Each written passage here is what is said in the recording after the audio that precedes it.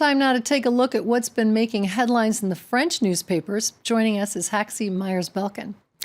Now, one story that's caught your eye is a story being covered in quite a bit of depth by the Catholic newspaper Croix. Absolutely. The paper's front page shows a huge mural of a dove painted by a child below the headline Faiseurs de Paix, Peacemakers. Later today, the 5-member Norwegian Nobel Committee will announce the winner of this year's Nobel Peace Prize.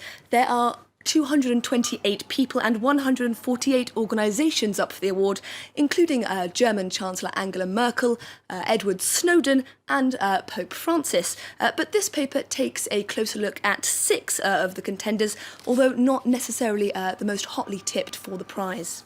Well, and the paper's choices do unsurprisingly focus on the French-speaking world. They do. They start with Laurence Toubiana, who was the chief negotiator at last year's COP21 climate negotiations.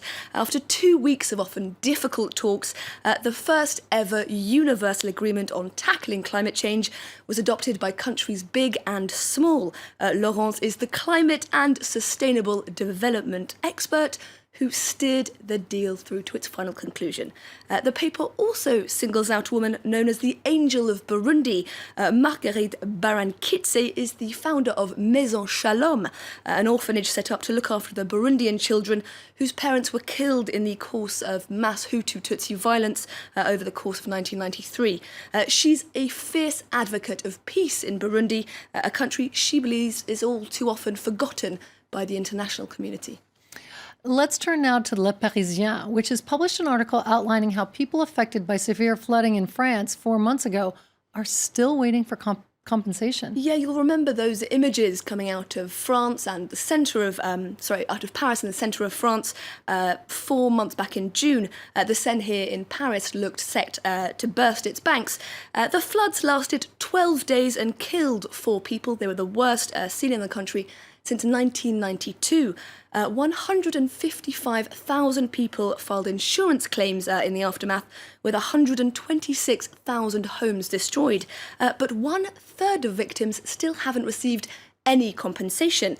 The minister in charge of assisting the victims has said that this is simply unacceptable, and she's called on insurance companies and damage inspectors to ramp up their work to make sure that everyone has received at least a portion of their compensation before the end of the year. And there's a small editorial accompanying that? There is. It's headlined Melun Port-au-Prince, Milan being one of the cities worst affected by that flooding, and Port-au-Prince, of course, the Haitian capital, that in recent hours has been devastated by Hurricane Matthew.